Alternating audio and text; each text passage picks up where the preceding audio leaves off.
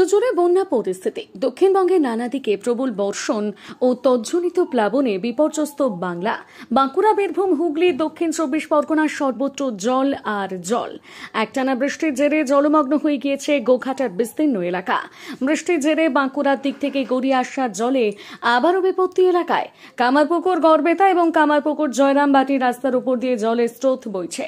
যোগাযোগ বিচ্ছিন্ন কামারপুকুর এবং জয়রামবাটি। খুব স্বাভাবিকভাবে যাত্রীবাহী বাস চলাচল রুটে বন্ধ হয়ে গিয়েছে। এখনকার আমোদর খালের ওপর জল বিস্তীর্ণ এলাকায় জলমগ্ন হয়ে পড়েছে। এলাকার ধান জমি জলের তলায় চলে গিয়েছে। হুগলি এবং বাঁকুড়ার চেকপোস্টে রামকৃষ্ণ বিবেকানন্দ ছাত্রী আবাসিক বিদ্যালয়ে জল ঢুকে গিয়েছে। লাগাতার বৃষ্টিপাত তো আছেই, অন্যদিকে বাঁকুড়ার কোতুলপুরের দিক থেকে প্রবাহিত জল হুগলির গোঘাটের বিস্তীর্ণ এলাকায় ছড়িয়ে পড়েছে। ইতিমধ্যে জল বাড়তে শুরু করেছে দ্বারকেশ্বর নদীতে, আর তাতে আবারও বন্যার আশঙ্কা আরামবাগ মহকুমায়। এদিকে নিম্নচাপের ফলে অতিরিক্ত বৃষ্টিতে ধস নদী বাঁধে, আতঙ্ক এলাকার মানুষজন। দক্ষিণ 24 পরগনা জেলার নামখানা গ্রাম পঞ্চায়েতের মহারাজগঞ্জ এলাকায় আনুমানিক 50 মিটার নদী বাঁধে।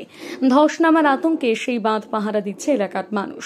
এলাকার মানুষজনের অভিযোগ, দীর্ঘ কয়েক বছর ধরেই নদী বাঁধ বেহাল অবস্থায় রয়েছে। বাঁধ বেহাল থাকায় তা দ্রুত ভেঙেছে, আর ভাঙতে ভাঙতে নদী অবশেষে পৌঁছে গিয়েছে কূলবর্তী লোকালয়ে। জানানো হয়েছে, দক্ষিণবঙ্গে কয়েকদিন ধরে যেভাবে মুষলধারে বৃষ্টিপাত চলছে, সেই কারণে মূলত রবিবার মহারাজগঞ্জ এলাকায় আনুমানিক 50 মিটার ওই নদী বাঁধে ধস নামে। এলাকাবাসীর দাবি, অস্থায়ী নদী বাঁধ না করে একটি স্থায়ী নদী বাঁধ করা হোক সরকারের পক্ষ থেকে। ওদিকে টানা বৃষ্টির জেরে জল বেড়েছে বীরভূমের প্রায় সবকটি নদীতে। ময়ূরাক্ষী নদীর তিলপাড়া ব্যারেজ থেকে ছাড়া হয়েছে প্রায় 2,500 কিউসেক জল। পাশাপাশি ময়ূরাক্ষী নদীর জল বাড়ায় সাঁইথিয়া অস্থায়ী ফেরিঘাট ভেঙে পড়েছে। এর ফলে যাতায়াতে ব্যাপক সমস্যার সম্মুখীন হচ্ছেন সাধারণ মানুষ।